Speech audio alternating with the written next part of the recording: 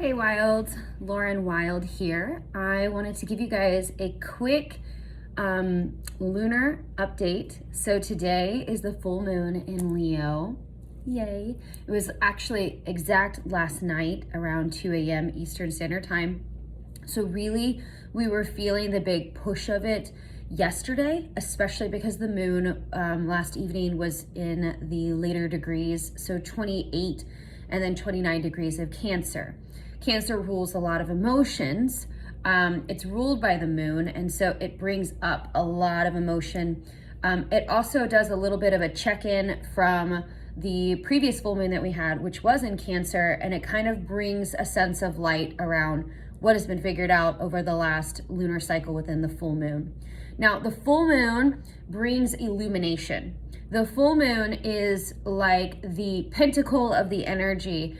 It is the most solar or yang phase of the moon, which means that it's in its brightest moment. It's in the pinnacle of its energy, right? And so what happens is that when we have a full moon, that means that the moon is opposite the sun, okay? So right now, you know, the moon was at 9 degrees of Leo. So imagine Leo over here, right? This is the moon. Then the sun is also at 9 degrees of Aquarius. We're 9 days into Aquarius. Now, what makes it interesting is the fact that Taurus has Uranus as well as Mars moving through it.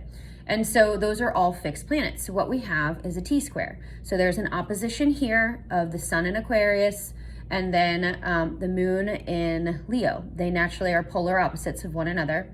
And then they're both squaring down to Uranus in Taurus, now direct, conjunct Mars. And so this creates a T-square, and our release point would be Scorpio, all right, the other fixed planet. And Scorpio is a lot about death and rebirth and release and facing our fears and ultimately transformation, right? So what we're looking at is this big push towards Aquarian ideals. The other thing is that not only is the moon opposite the sun, it's also opposite Jupiter, which is in Aquarius, and so is Saturn. It's in a technical aspect to Saturn at 4 degrees of Aquarius, but it's not exact. So there's a lot of energy, right? And then next week, Venus is going to move into Aquarius, I believe on February 1st. And so what's happening is that the zodiac sign of Aquarius is getting stacked. And it's bringing all of these voices to progress and to change and to more humanitarian ideals versus the previous age, which was Pisces. And Pisces was all about belief and even martyrdom, right? So Pisces was the hallmark of Jesus and believing and Jesus dying on the cross and things like that. That's that martyrdom, right? And so what the age of Aquarius is bringing through is like, it's not that you can't believe in things. Aquarius is very new age. It's very scientific. It's very crystals and astrology and woo-woo shit, right? But it's not so tethered to its beliefs that it would die on a cross, right? So Aquarius is very much about progress, education, science, pushing like the brain, humanity towards this oneness consciousness, right? And so because Aquarius is so driven towards this sense of unity consciousness or the Christ consciousness, it really wants people to like deal with their shit, right? So a lot of Aquarian ideals push things like shadow work, tarot, you're going to see things like internal family systems and shadow work grow because Aquarius is so attuned to the we, the community, that it recognizes in order for us to all, be better, then we have to face these things about ourselves. We need to make things more conscious, right? Because the age of Aquarius is about the progress of knowledge versus belief. So it feels like things are crumbling because they are, right? And so last year, we had the great conjunction with the South Node in Capricorn and Pluto and Saturn all in Capricorn. And, it's what released this shitstorm. And I mean, I talk about this all the time. So, if you've been following me for a while, you're probably like, yeah, I know, Lauren. But for those of you that haven't, that's what happened. And then, Pluto right now is at 25 degrees of Capricorn, working on its Pluto return. America's working on its Pluto return. Its natal Pluto is 27 degrees of Capricorn. And so that's what we're watching, right? Is this huge evolution. Pluto is also very much like a volcano, which means that, it has all of this stuff buried down in it, and it goes off about every 300 years, right? So it like kind of buries everything like really deep into the subconscious, the basement. And then eventually, like blows up and like completely changes landscapes in moments. And that's very Pluto energy. And that's kind of what we're experiencing in America with our Pluto return is like, yeah, we may have built this country 248 years ago.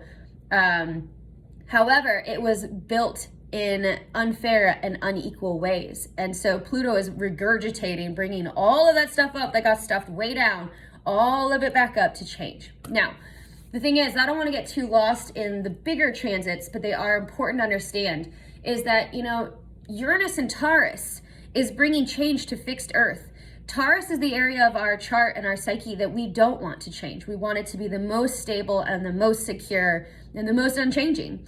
And the fact that Uranus, which is the rebel and very much like a Tower card, has been moving through Taurus, which rules stability and our finances and our economy and our value systems and our concept of marriage. It's changing everything, right? And Uranus is the co-ruler of Aquarius. So what is it doing? It's pushing progress. It's pushing electronics. It's pushing the non-binary spectrum of attraction and gender, marriage, whatever that looks like for you. It's pushing it, right? And both Capricorn and Taurus are pretty traditional when as is. So it feels like growing pains because they are.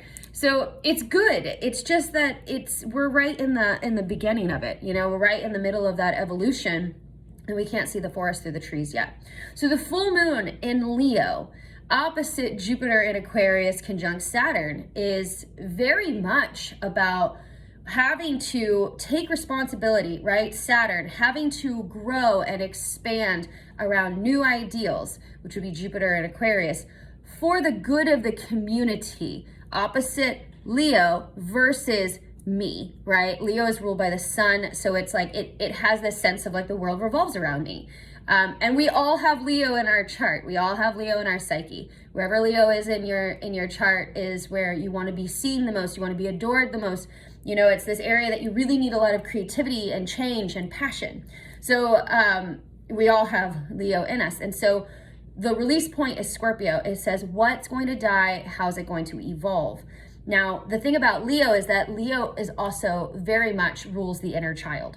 It's about play. It literally rules children. It's the 5th house in the zodiac chart, which means that it's creative projects, bold self-expression, laughter, drama, like literally acting, being on a stage. So it's like, allow yourself to engage in things that brought you joy as a child.